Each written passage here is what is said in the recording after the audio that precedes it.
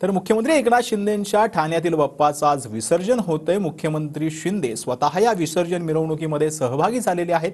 ठाण्याच्या तलावपालीमध्ये बाप्पाचं विसर्जन होणार आहे। मुख्यमंत्री एकनाथ शिंदे यांच्या ठाण्यातील निवासस्थानी जे आहे तो 1.5 दिवसांचा गणपती बाप्पा बसतो, त्यांचं आता विसर्जन होणार आहे।